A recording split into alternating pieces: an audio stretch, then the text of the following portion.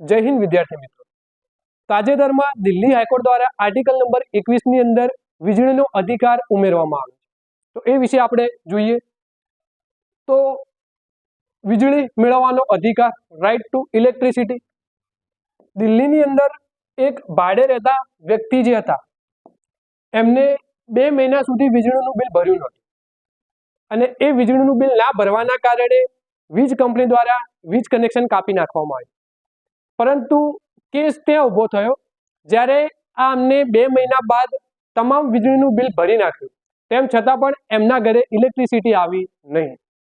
મિત્રો, મેકી જૈન નામના વ્યક્તિ જે હતા એમને 2025 ની અંદર આ દિલ્હી હાઈકોર્ટમાં કેસ કર્યો હતો અને 2 મહિના બાદ બધું લાઇટ બિલ ભરવા છતાં પણ વીજ કંપનીએ એમની જોડેથી તેમના મકાન માલિકની એનઓસી માંગી અને મકાન માલિકે એનઓસી આપવાની ના પાડી અને આમને જે છે દિલ્હી હાઈકોર્ટમાં કેસ કર્યો અને દિલ્હી હાઈકોર્ટે એવો ચુકાદો આપ્યો કે કલમ નંબર 21 હેઠળ વીજળી એ મૂળભૂત અધિકારની અંદર સમાવેશ થાય છે.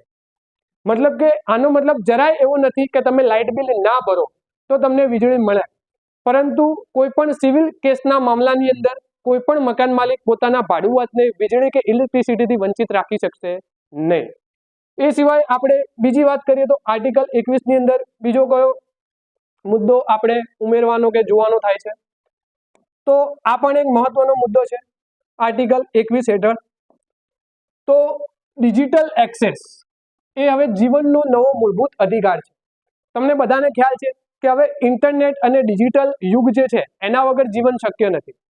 તો આ એક સરકારની સારી એવી પહેલ કહેવાય ડિજિટલ એક્સેસની, જેની અંદર દિવ્યાંગ વ્યક્તિઓ કે એવા વ્યક્તિઓ જે એસિડ એટેકનો ભોગ બનેલા છે એ લોકોને અમુક ડિજિટલ એક્સેસ મેળવવાની અંદર અમુક કાર્યોની અંદર ફેસ રેકગ્નાઇઝેશનની અંદર તકલીફ પડતી હોય છે.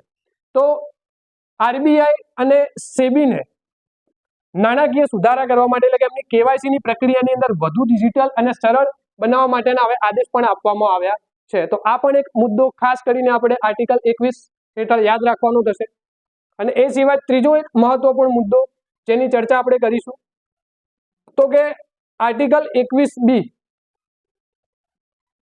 ECCE આપણા રાજ્યસભાની અંદર મેમ્બર ઓફ પાર્લામેન્ટ છે શ્રી સુધા મૂર્તિજી, એમને તાજેતરમાં જ એક રિઝોલ્યુશન મૂક્યું છે સંસદની અંદર જેનું નામ છે ભાઈ early childhood care and education. આની અંદર શ્રી સુધા મૂર્તિનું કહેવાનું એમ થાય છે કે 3 થી 6 વર્ષના બાળકો માટે ક્વોલિટી એજ્યુકેશન પૂરું પાડીએ અને એમનો સર્વાંગી વિકાસ થાય એવું આપણે એજ્યુકેશન સિસ્ટમની અંદર એડ કરવું જોઈશે. શું કામ? તો કે 3 થી 6 વર્ષના બાળકનો 80 થી 85% જેટલો મગજનો ગ્રોથ થઈ જાય છે. તો શરૂઆતથી જ બાળકને ક્વોલિટી એજ્યુકેશન મળશે તો એનો ફાયદો દેશને આગળ જતા યુવા ધનમાં થશે. તો મિત્રો, આપણને ખબર છે એમ કે આર્ટિકલ 21A ની અંદર 6 થી 14 વર્ષના બાળકોને મફત શિક્ષણ મળે છે અને રાજ્ય નીતિના માર્ગદર્શક સિદ્ધાંતોના અનુચ્છેદ નંબર 45 ની અંદર 0 થી 6 વર્ષના બાળકોને મફત શિક્ષણ આપવાની સરકારની ફરજ છે. તો આ એક નવું રિઝોલ્યુશન શ્રી સુધા મૂર્તિએ મૂક્યું છે, એ વિશે અત્યારે ચર્ચાઓ ચાલી રહી છે. એ મુજબ મુખ્ય જરૂરિયાત જોઈએ તો આંગણવાડીની સેવાઓને મજબૂત બનાવવાની અને શિક્ષકોને વિશેષ તાલીમ આપવાની એ અંગેની જોગવાઈ અંગેનું આપણે આ બિલ રજૂ કરવામાં આવ્યું છે. તો આ હતા આર્ટિકલ 21ના મહત્વના કરંટના મુદ્દાઓ.